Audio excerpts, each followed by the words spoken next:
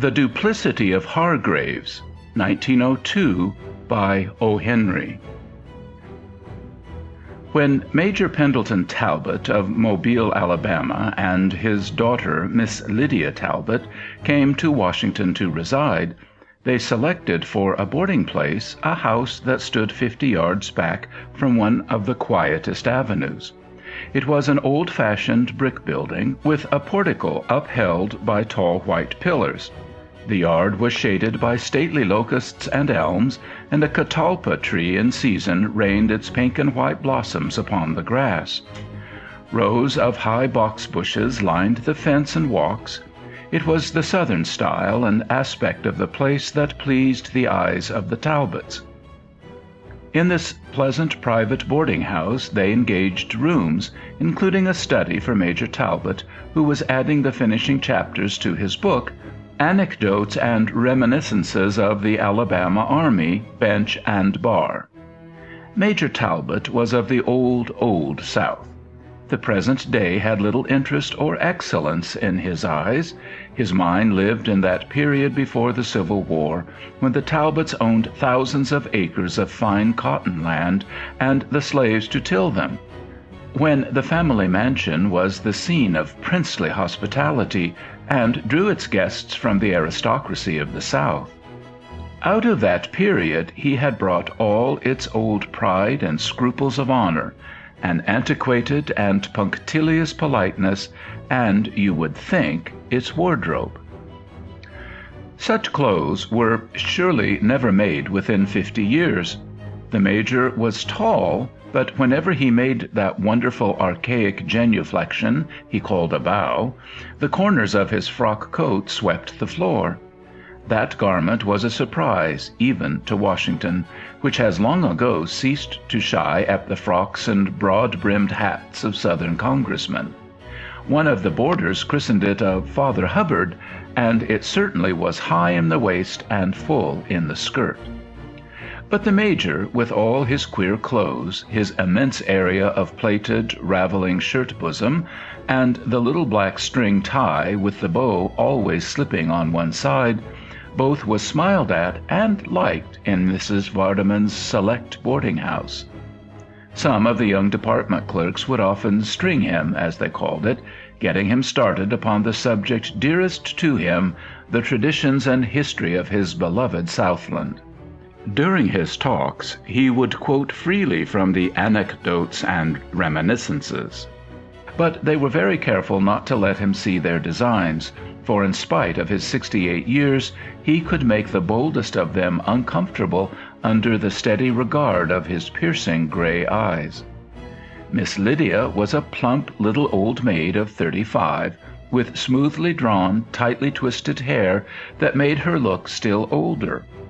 Old-fashioned, too, she was, but antebellum glory did not radiate from her as it did from the Major. She possessed a thrifty common sense, and it was she who handled the finances of the family and met all comers when there were bills to pay. The Major regarded board bills and wash bills as contemptible nuisances. They kept coming in so persistently and so often. Why, the Major wanted to know, could they not be filed and paid in a lump sum at some convenient period, say when the Anecdotes and Reminiscences had been published and paid for? Miss Lydia would calmly go on with her sewing and say, "We'll pay as we go as long as the money lasts, and then perhaps they'll have to lump it." Most of Mrs. Vardaman's boarders were away during the day, being nearly all department clerks and businessmen. But there was one of them who was about the house a great deal from morning to night. This was a young man named Henry Hopkins Hargraves. Every one in the house addressed him by his full name, who was engaged at one of the popular vaudeville theaters. Vaudeville has risen to such a respectable plane in the last few years, and Mr. Hargraves was such a modest and well-mannered person that Mrs. Vardaman could find no objection to enrolling him upon her list of boarders. At the theater, Hargraves was known as an all-round dialect comedian, having a large repertoire of German, Irish, Swede, and blackface specialties. But Mr. Hargraves was ambitious, and often spoke of his great desire to succeed in legitimate comedy. This young man appeared to conceive a strong fancy for Major Talbot. Whenever that gentleman would begin his Southern reminiscences, or repeat some of the liveliest of the anecdotes, Hargraves could always be found the most attentive among his listeners. For a time the Major showed an inclination to discourage the advances of the play-actor, as he privately termed him, but soon the young man's agreeable manner and indubitable appreciation of the old gentleman's stories completely won him over. It was not long before the two were like old chums. The Major set apart each afternoon to read to him the manuscript of his book. During the anecdotes, Hargraves never failed to laugh at exactly the right point. The Major was moved to declare to Miss Lydia one day that young Hargraves possessed remarkable perception and a gratifying respect for the old regime. And when it came to talking of those old days, if Major Talbot liked to talk, Mr. Hargraves was entranced to listen. Like almost all old people who talk of the past, the Major loved to linger over details. In describing the splendid, almost royal, days of the old planters, he would hesitate until he had recalled the name of the Negro who held his horse, or the exact date of certain minor happenings, or the number of bales of cotton raised in such a year. But Hargraves never grew impatient or lost interest.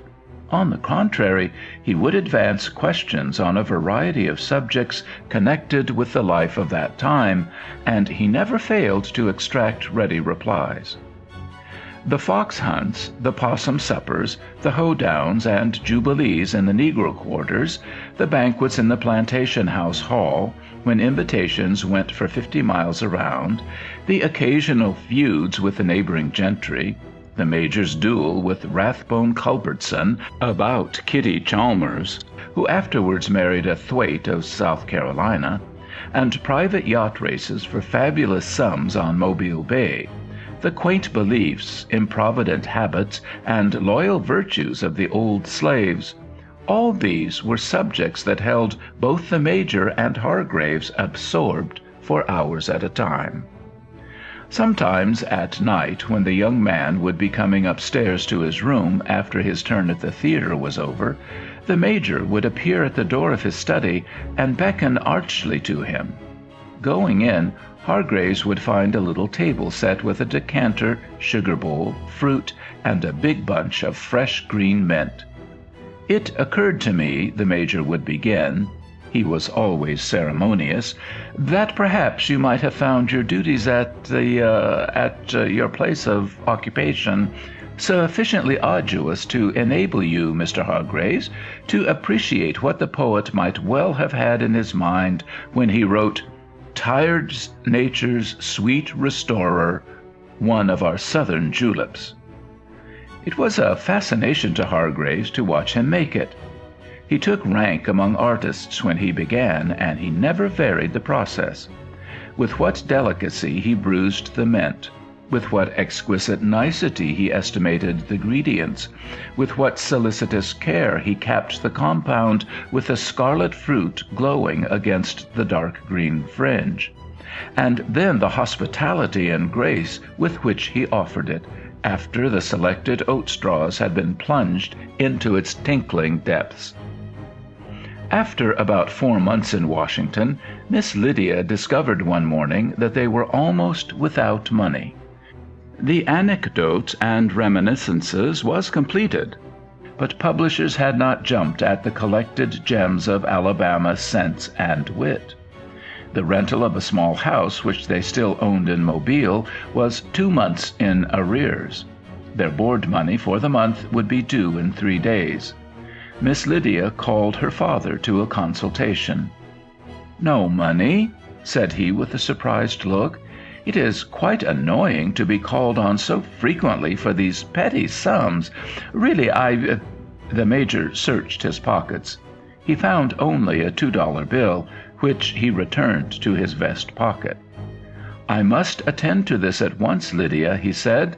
"Kindly get me my umbrella, and I will go downtown immediately.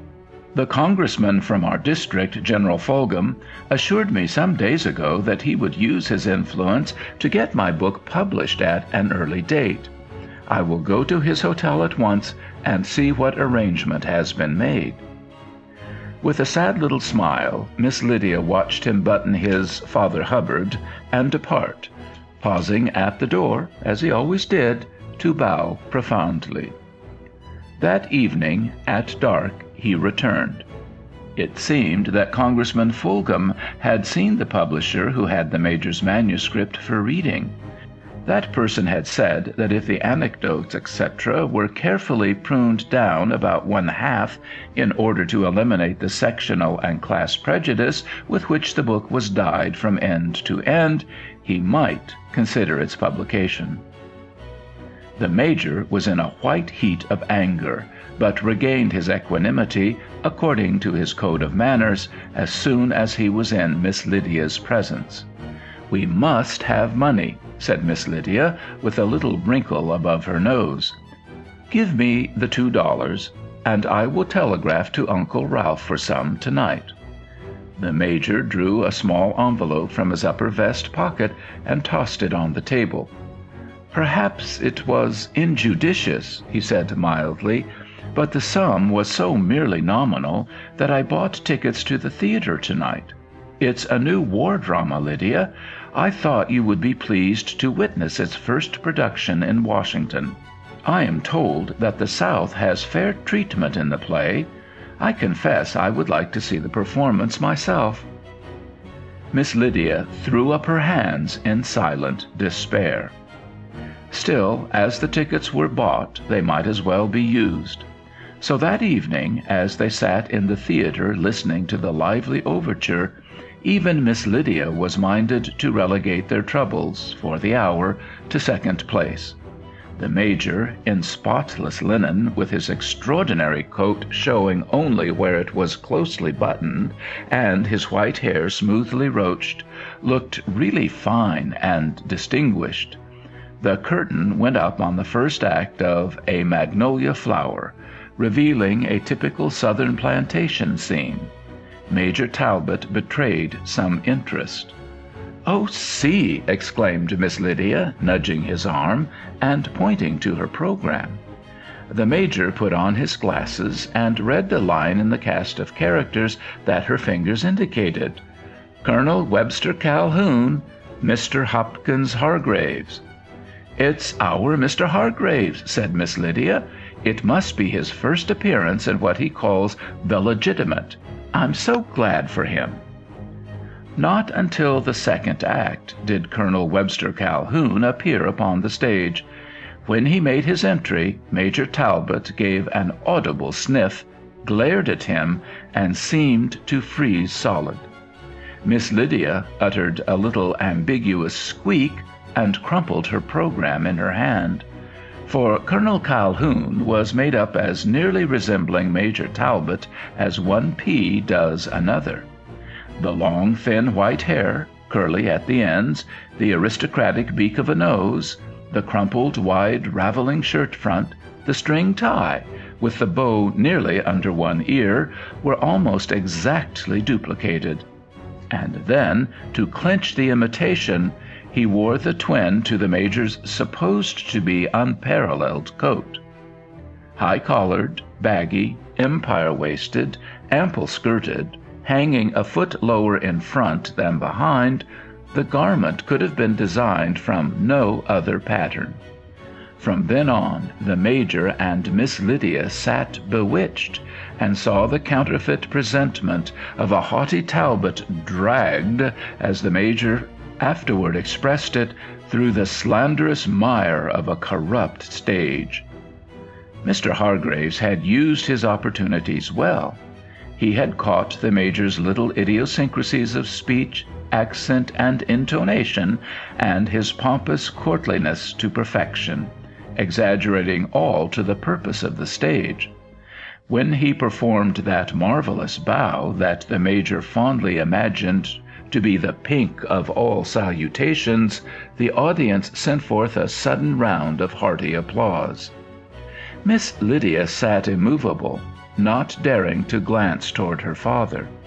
Sometimes her hand next to him would be laid against her cheek, as if to conceal the smile which, in spite of her disapproval, she could not entirely suppress. The culmination of Hargraves' audacious imitation took place in the third act. The scene is where Colonel Calhoun entertains a few of the neighboring planters in his den. Standing at a table in the center of the stage, with his friends grouped about him, he delivers that inimitable rambling character monologue so famous in A Magnolia Flower, at the same time that he deftly makes juleps for the party. Major Talbot, sitting quietly but white with indignation, heard his best stories retold, his pet theories and hobbies advanced and expanded, and the dream of the anecdotes and reminiscences served, exaggerated and garbled. His favorite narrative, that of his duel with Rathbone Culbertson, was not omitted, and it was delivered with more fire, egotism, and gusto than the Major himself put into it. The monologue concluded with a quaint, delicious, witty little lecture on the art of concocting a julep, illustrated by the act. Here Major Talbot's delicate but showy science was reproduced to a hair's breadth, from his dainty handling of the fragrant weed, the 1,000th part of a grain too much pressure, gentlemen, and you extract the bitterness instead of the aroma of this heaven-bestowed plant, to his solicitous selection of the oaten straws. At the close of the scene, the audience raised a tumultuous roar of appreciation. The portrayal of the type was so exact, so sure and thorough, that the leading characters in the play were forgotten. After repeated calls, Hargraves came before the curtain and bowed, his rather boyish face bright and flushed with the knowledge of success. At last, Miss Lydia turned and looked at the Major. His thin nostrils were working like the gills of a fish. He laid both shaking hands upon the arms of his chair to rise. "We will go, Lydia," he said chokingly. "This is an abominable desecration." Before he could rise, she pulled him back into his seat. "We will stay it out," she declared. "Do you want to advertise the copy by exhibiting the original coat?" So they remained to the end. Hargraves' success must have kept him up late that night, for neither at the breakfast nor at the dinner table did he appear. About 3 in the afternoon, he tapped at the door of Major Talbot's study. The Major opened it, and Hargraves walked in with his hands full of the morning papers, too full of his triumph to notice anything unusual in the Major's demeanor. "I put it all over 'em last night, Major," he began exultingly. "I had my inning, and I think scored. Here's what the Post says. His conception and portrayal of the old-time Southern colonel, with his absurd grandiloquence, his eccentric garb, his quaint idioms and phrases, his moth-eaten pride of family, and his really kind heart, fastidious sense of honor, and lovable simplicity, is the best delineation of a character role on the boards today. The coat worn by Colonel Calhoun is itself nothing less than an evolution of genius.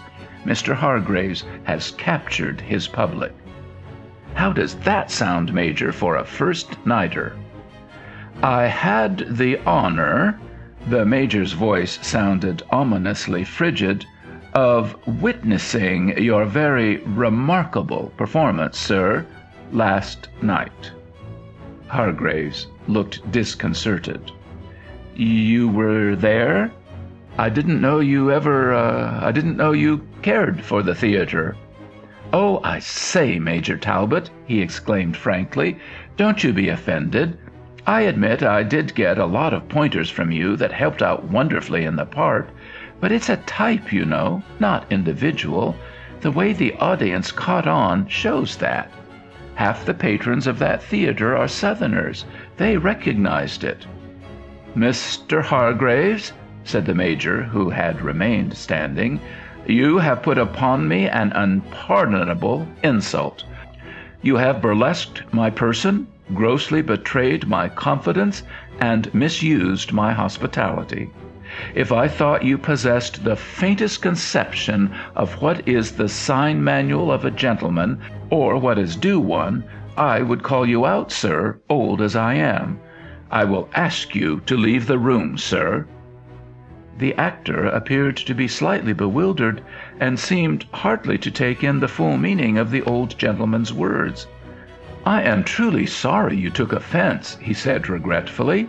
"Up here we don't look at things just as you people do. I know men who would buy out half the house to have their personality put on the stage so the public would recognize it." "They are not from Alabama, sir," said the Major haughtily. "Perhaps not. I have a pretty good memory, Major. Let me quote a few lines from your book. In response to a toast at a banquet given in Milledgeville, I believe, you uttered and intend to have printed these words: 'The Northern man is utterly without sentiment or warmth, except in so far as the feelings may be turned to his own commercial profit. He will suffer without resentment any imputation cast upon the honor of himself or his loved ones that does not bear with it the consequence of pecuniary loss. In his charity he gives with a liberal hand, but it must be heralded with the trumpet and chronicled in brass.' Do you think that picture is fairer than the one you saw of Colonel Calhoun last night?" "The description," said the Major, frowning, "is not without grounds. Some latitude must be allowed in public speaking." "And in public acting," replied Hargraves. "That is not the point," persisted the Major, unrelenting. "It was a personal caricature. I positively decline to overlook it, sir." "Major Talbot," said Hargraves with a winning smile, "I wish you would understand me. I want you to know that I never dreamed of insulting you. In my profession, all life belongs to me. I take what I want and what I can and return it over the footlights. Now, if you will, let's let it go at that. I came in to see you about something else. We've been pretty good friends for some months, and I'm going to take the risk of offending you again. I know you are hard up for money. Never mind how I found out. A boarding house is no place to keep such matters secret. And I want you to let me help you out of the pinch. I've been there often enough myself. I've been getting a fair salary all the season, and I've saved some money. You're welcome to a couple hundred, or even more, until you get—" "Stop!" commanded the Major, with his arms outstretched. "It seems that my book didn't lie after all. You think your money will heal all the hurts of honor. Under no circumstances would I accept a loan from a casual acquaintance. And as to you, sir, I would starve before I would consider your insulting offer of a financial adjustment of the circumstances we have discussed. I beg to repeat my request relative to your quitting the apartment." Hargraves took his departure without another word. He also left the house the same day, moving, as Mrs. Verdeman explained at the supper table, nearer the vicinity of the downtown theater, where a Magnolia Flower was booked for a week's run. Critical was the situation with Major Talbot and Miss Lydia. There was no one in Washington to whom the Major's scruples allowed him to apply for a loan. Miss Lydia wrote a letter to Uncle Ralph, but it was doubtful whether that relative's constricted affairs would permit him to furnish help. The Major was forced to make an apologetic address to Mrs. Vardeman regarding the delayed payment for board, referring to delinquent rentals and delayed remittances in a rather confused strain. Deliverance came from an entirely unexpected source. Late one afternoon, the door-maid came up and announced an old colored man who wanted to see Major Talbot. The Major asked that he be sent up to his study. Soon an old darky appeared at the doorway with his hat in hand, bowing and scraping with one clumsy foot. He was quite decently dressed in a baggy suit of black. His big, coarse shoes shone with a metallic luster suggestive of stove polish. His bushy wool was gray, almost white. After middle life, it is difficult to estimate the age of a Negro. This one might have seen as many years as had Major Talbot. "I be bound you don't know me, Mars Pendleton," were his first words. The Major rose and came forward at the old familiar style of address. It was one of the old plantation darkies, without a doubt, but they had been widely scattered, and he could not recall the voice or face. "I don't believe I do," he said kindly, "unless you will assist my memory." "Don't you 'member Cindy's Mose, Mars Pendleton, what migrated immediately after the war?" "Wait a minute," said the Major, rubbing his forehead with the tips of his fingers. He loved to recall everything connected with those beloved days. "Cindy's Mose," he reflected. "You worked among the horses, breaking the colts. Yes, I remember now. After the surrender, you took the name of, don't prompt me, Mitchell, and went to the west, to Nebraska." "Yes, sir." The old man's face stretched with a delighted grin. "That's him. That's it. Nebraska. That's me, Mose Mitchell. Old Uncle Mose Mitchell, they calls me now.